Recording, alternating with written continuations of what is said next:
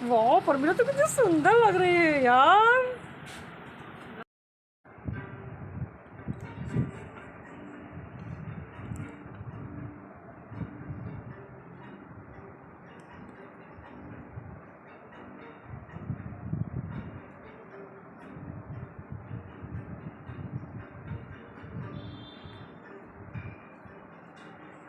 बनाऊंगी करेले का भुजिया।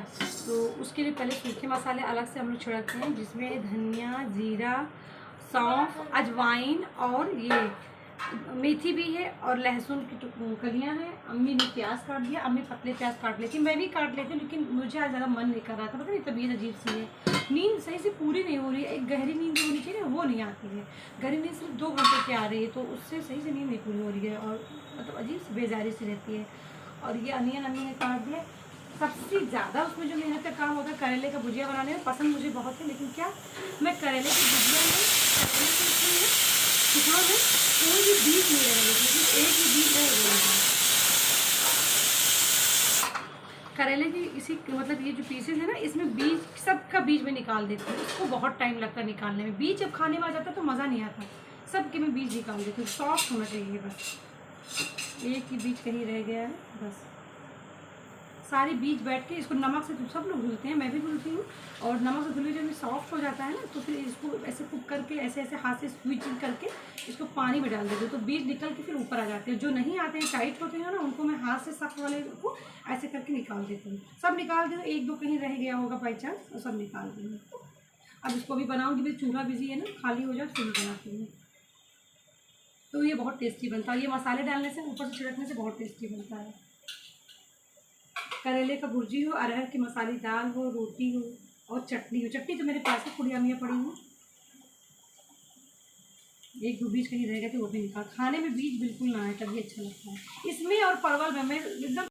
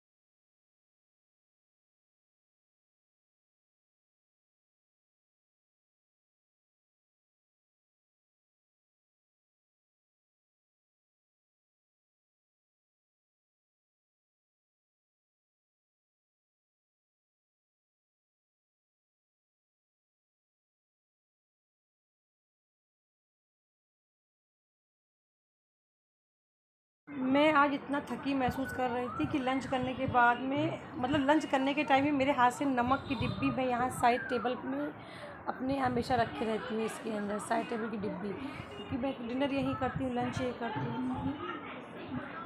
फिर अचानक मेरे हाथ से नमक पूरा चादर पे, बेडशीट पे गिर गया, तो फिर पूरा बेडशीट चेंज करना पड़ा। बेडशीट चेंज करके मम्मा बेटा खरबूजे के बीच और खा रहे हैं और एंजॉय कर रहे हैं। मैंने कहा इतनी थकान महसूस कर रही हूँ, मैं अभी तो नहीं जाऊँगी शॉप पे, मैं आराम करूँगी, फिर मैं शाम में जाऊँगी। आज अफरोज भाई आ गए तो रिलैक्स हूँ, अफरोज भाई ना आए होते तो चली जाती, तो भी रिलैक्स कर रही हूँ। बस बर्फ़ फोड़ के मैंने रख लिया, क्योंकि अम्मी उधर पानी में फिर काम नहीं करने देंगे, मेरे कपड़ों पर धुल रही है ना, तो बर्फ़ फोड़ फाड़ के मैंने फ्रिज में डाल दिए टुकड़े करके, बस अब जाना रहेगा।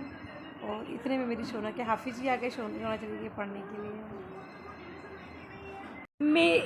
मेरी दुकान पे सामान लेने आई थी ये दोनों आंटी, और ये एक लड़की। इन लड़की की शादी है परसों, और ये आंटी इतनी समझदार है, इतनी समझदार है कि मैं क्या बताऊं। तो अभी इन आंटी से मैंने एंगेजमेंट कर लिया और इन आंटी से करने जा रही हूँ। पकड़ो,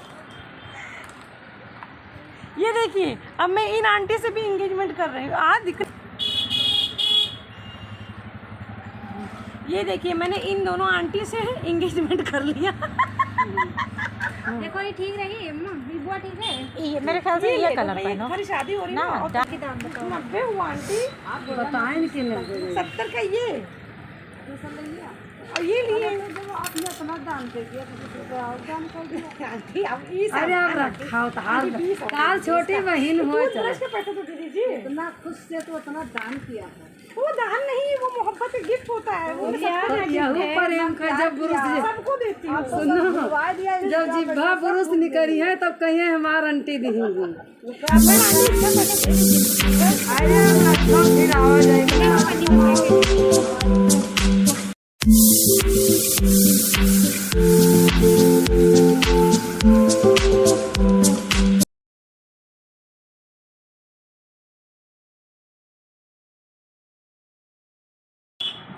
कल मैंने अपनी परमिला से बोला था कि बहुत सुंदर बन के आना, तो आज परमिला को देखिए,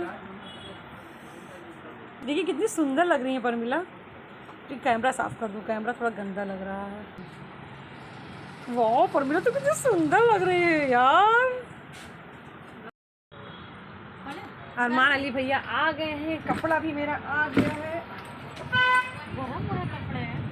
अरे तुरंत लगा था भैया प्रेस करके लाया है। अच्छा ये मेरा लोवर है, ये मेरा सूट है। देखिए मैंने आपसे कहा था कि इसको काट दीजिएगा, ये चीज़ काट दीजिएगा। तो लंबाई कम नहीं हो रही है, आपको ये भी देखो ना, ये नीचे उज्जा है या नहीं आपका, ये उज्जा कहाँ रही है? मैंने आपसे कहा था ना इसको काट दीजिएगा। लंबाई कम और कपड़ा भी कम है, ये भी तो देखो ना, ये आस्तीनों पे आया है आपका, इधर भी आस्तीनों बर्थ पे आया है, ये सामने पे आया है, इधर भी आया, तो तब सही है दी। प्रिंट वाला वो बना है ही नहीं है। ये चीज़ नहीं अच्छा लग रहा। लंबाई कम हो रही तो अभी तो देखो ऊपर से भी आपने निकलवा दिया। अच्छा अच्छा, ऊपर से निकलवाने मैंने कहा था। अच्छा समझ गए। अच्छा। वाह, सबसे फेवरेट चीज़ मेरा ये था, ये कितना सुंदर। अरमान अली भैया की फिनिशिंग आप लोगों को दिखाते हैं। अलविदा की कंचिदाई करेंगे तो इसी पे दावत में सबको खिलाएंगे। वाह कितना खूबसूरत लग रहा है टेबल रनर की। अरमान अली भैया की फिनिशिंग देखो अफरोज। अच्छा कस्टमर हैं, वाह कितना खूबसूरत लग रहा है ना। वाह अलविदा के दवाई वाले टेबल के ऊपर का ये देखिए हम लोगों ने पेंट किया था, इसको तो मैं भूल ही गई थी, कितना सुंदर लग रहा है ये मेरा पैंट। बहुत दिनों के बाद मैं रेड पैंट पहन रही हूँ। मेरे जानू थे तब मैं पहनी थी रेड कलर का, ये आज पहन रही हूँ, अब पहनूंगी। बहुत खूबसूरत है। अब अरमान अली भैया अपने चार्जेस बताएंगे भाई तुम लोग, अब बताने जा रही हूँ। अफरोज भाई आप एनर्जाल जाके लेके आओ। परमिला तुम मेरे लिए नींबू का शरबत बनाओ ताकत के लिए, क्योंकि अरमान अली भैया अपनी फीस बताने जा रहे हैं, चार्जेस। जा रही हूँ छत पे, और छत पे जा रही हूँ मैं। वो अरवी का एक पौधा गोलू लेके आया था, मतलब अरवी वाली दुकान से सब्ज़ी लेने गए थे, तो मैं अरवी की दुकान पे उसे एक अरवी का मतलब बीज टाइप का समझ लीजिए, इसमें अकुआ निकल आया वो ले आया था। तो तो गोलू इतनी गर्मी में आया था, वो कास्ट करना भूल गया, जान के भुला दिया। तो मैं सोची कि सुबह तक तो ये ख़राब ना हो जाए, मैं तो लाओ मैं कास्ट कर दूँ। सारे काम कर चुकी हूँ, 12 बजने वाले हैं, सिर्फ 4 मिनट कम है। तो मैं आगे उसको कास्ट करने के लिए बस यहाँ मंकी ना हो। सुबह सब में पानी डालती हूँ और सब नम है, अंदर से ज़मीन नम है।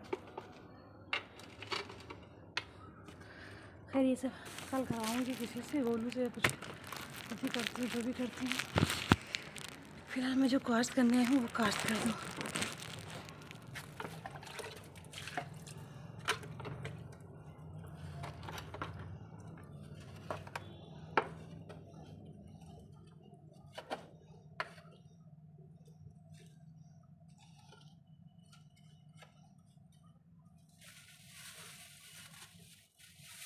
जो मंकी का डर लग रहा है, ये 12 बज रहे हैं ना।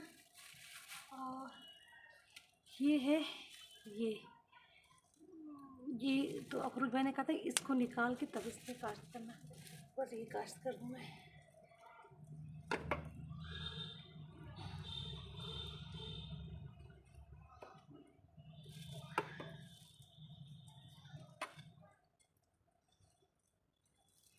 इतने से काम के लिए मैं परेशान थी कब से, और अब मैं हाजिर हूँ।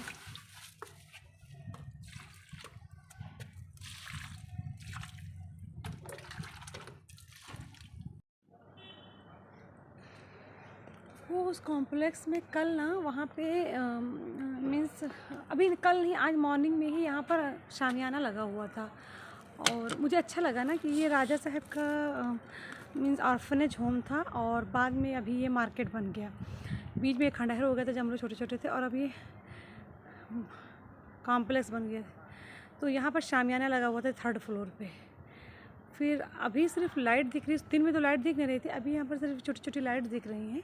शामियाना लगता उतर गया, किसी की पार्टी शार्टी थी, मतलब शादी वलीमा वगैरह रहा होगा या बारात वगैरह, तो वो ख़त्म हो गया, तो इसलिए दिख नहीं रहा है।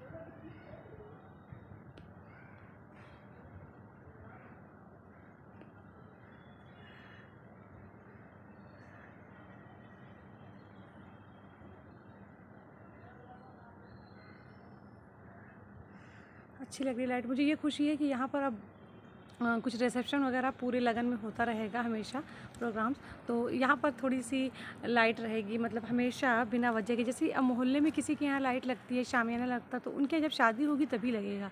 लेकिन जैसे ये है ना, ये as a means hall type का ये टेरिस इस्तेमाल हो रहा है, जैसे टेरिस है और उस पर एक रूम भी बना हुआ, तो ये ओपन जैसे कह सकते हैं ना कि ओपन टेरिस जो रिसेप्शन होना चाहे या बारात आना चाहे उसके लिए है। तो अब ये हमेशा यहाँ पर रौनक लगी रहेगी, बस मुझे ये खुशी है। हम लोग यहाँ बैठ के यहाँ के रौनक देख सकते हैं। चलिए अब चल रही हूँ नीचे, और हैंड वॉश तो मैंने कर ही लिया है।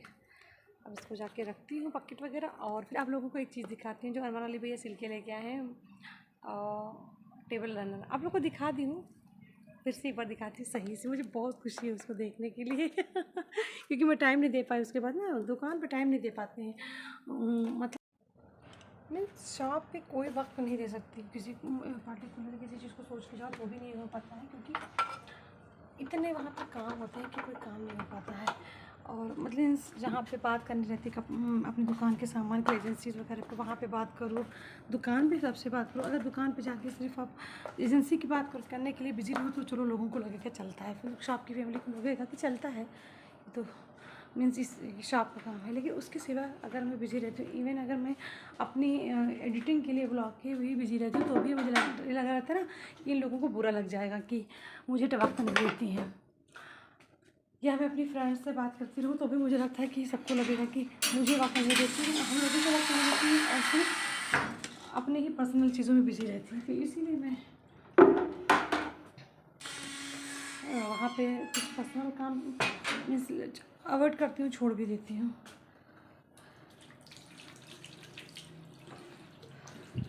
इसके बाद मैं डिनर करूँगी, मैं सब दिखा दूँ, उसके बाद मैं डिनर करूँगी। मैं चाह रही थी आज कुछ तिलावत करना मन के सुकून के लिए, दिल के सुकून के लिए, लेकिन कर नहीं पाए क्योंकि अजीब सा थकान टाइप का होने लगा।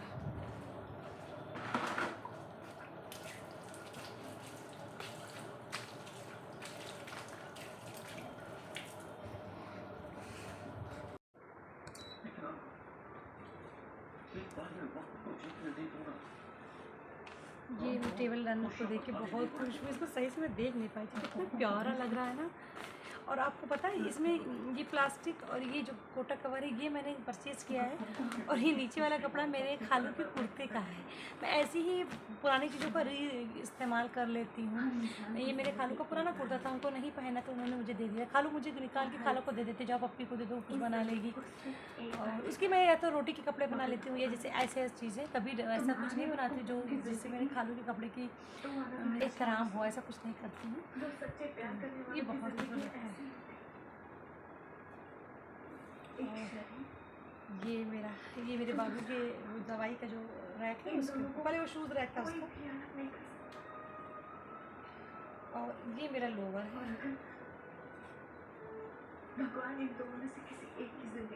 और ये मेरा जो सूट और सिल्क है उसका पैंट है, मगर सूट में कुछ धागा का इस्तेमाल वाइट पे रेड कर दिया जरवाली भी है, तो उसको मैं वाइट करने के लिए दी हूँ उनको। और आप लोगों को दिखाती हूँ ये कहाँ पे डालना है।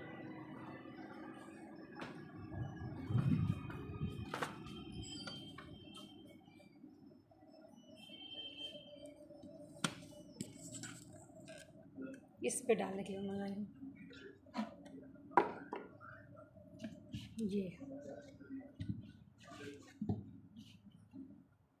ये ज़्यादा इधर लटका के बिछाऊंगी ना तो मेरी अम्मी भी कहने लगेंगी कि मुझे लड़ गया, मैं इधर घूमने गई तो मुझे लड़ गया, तो इसलिए नहीं कर सकती। ये है।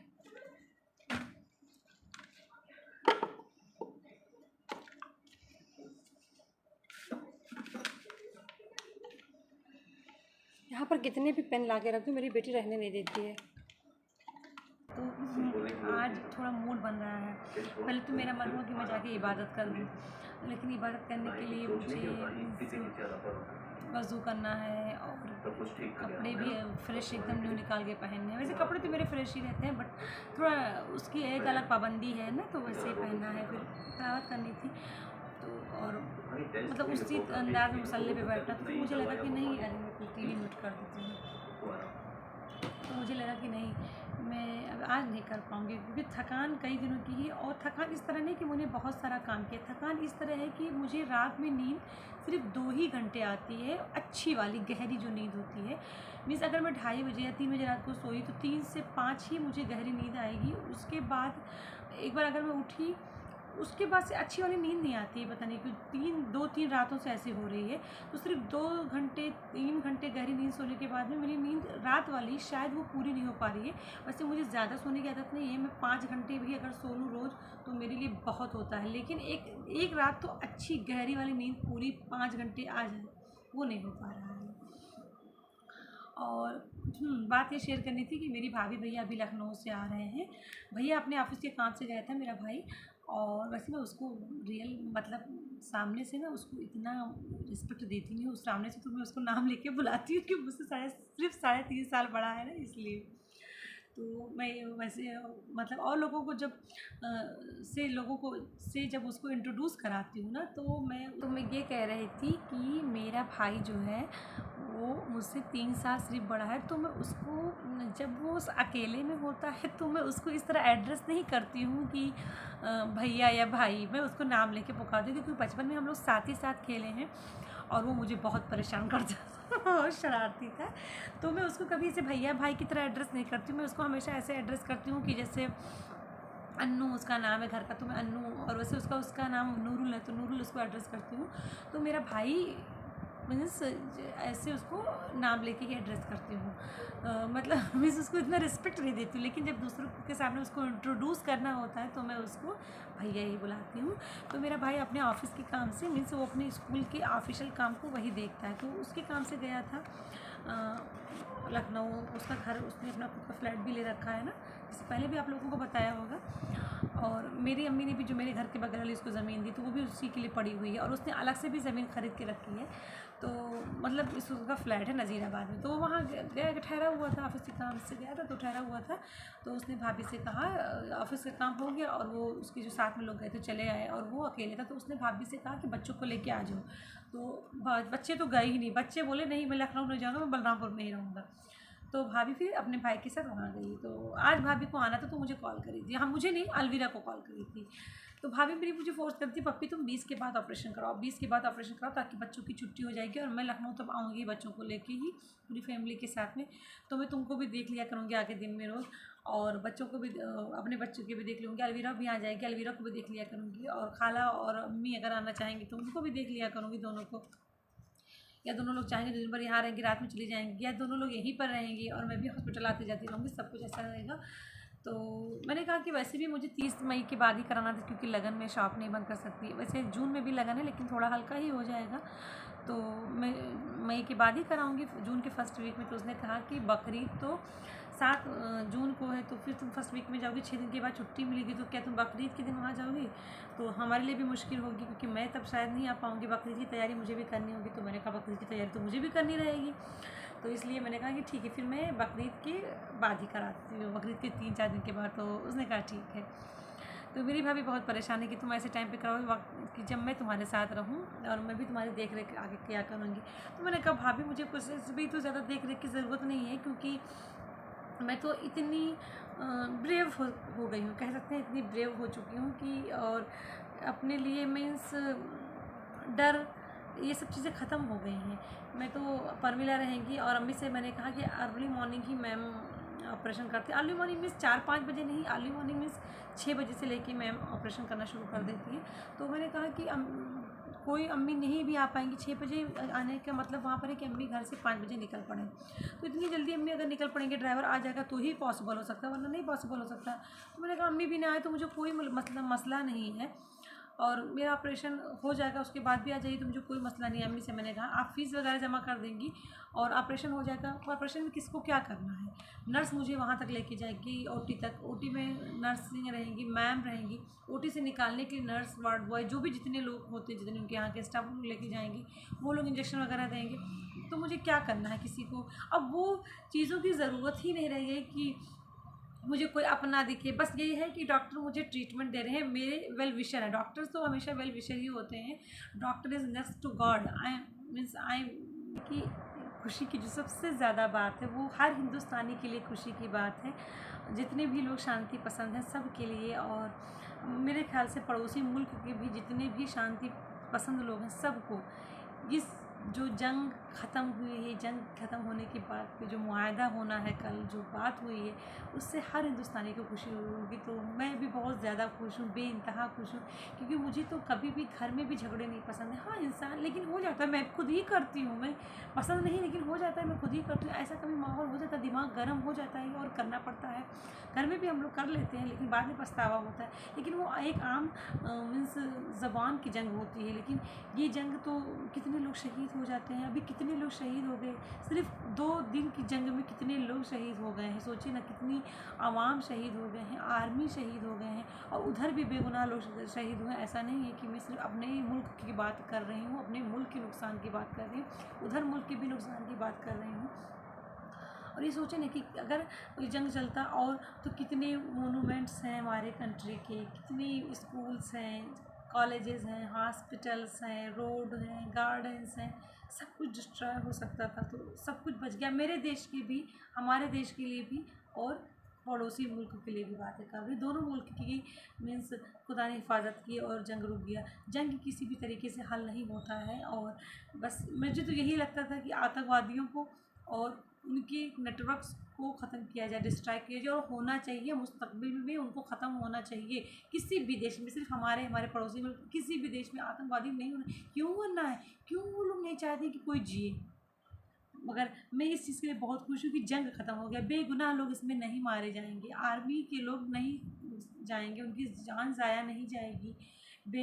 वैशी लोगों के लिए जो 2, 4, 10, 100, 200, 400, 1000 जितने भी ये वैशी लोग होंगे जो ये आतंकवादी हैं, इनकी वजह से मीन्स बेगुनाहों की जान नहीं जाएगी, हमारे यहाँ की आर्मी मिलिट्री की जान नहीं जाएगी। बस इस बात की बहुत खुशी है कि सब कुछ सही हो गया। अगर ये जंग चालू होता तो मैं शायद 2-3 दिन में ही ऑपरेशन कराने चली जाती। वैसे मैं इस टॉपिक पे बात भी नहीं करना चाहती, बस मैं बेहद खुश हूँ, बेइंतहा खुश हूँ। अभी मैं किसी और चीज़ों में लेके उलझी हूँ, वरना मैं इसका एक सेलिब्रेशन भी करती कि जंग ख़त्म हो गया, क्योंकि मैं इतनी खुश हूँ कि हमारे कंट्री में, हमारे यहाँ मुल्क में कभी कोई जंग नहीं है, हम लोग बहुत खुश हैं। कारगिल का जंग मेरी ही ज़िंदगी में छोटी सी थी तब हुआ था, छोटी नहीं थी मेरे ख्याल से, बड़ी थी, 13-14 साल की थी या 12 साल की, मुझे याद नहीं है। तो चलिए उस बातों को हम लोग भूल गए हैं। अभी मैं बहुत खुश थी कि हमारे कंट्री में किसी से कोई जंग नहीं, हम लोग बहुत खुशी से रह रहे हैं। तो खैर जंग ख़त्म हो गया, मैं बहुत खुश हूँ और हर हिंदुस्तानी खुश होंगे, क्योंकि मुझे बहुत डर लग रहा था कि क्या कुछ होगा, क्या कुछ बर्बादी हो सकती है। मैं बहुत खुश थी, पहले जंग होने से पहले मैं बहुत खुश थी कि हम लोग बहुत सुकून की जगहों पर रह रहे हैं, मेरे देश में बहुत सुकून है। तो अब फिर से वो सुकून वापस आ गया, हम लोग बहुत खुश हैं, सब लोग खुश होंगे। और फिर इंशाल्लाह मिलते हैं कल एक नए व्लॉग के साथ, एक नई रोशनी के साथ और नए सुकून भरे देश में हम लोग फिर से नई दिन शुरू करेंगे इंशाल्लाह। गुड नाइट, शब्बा खैर, bye bye, love you all.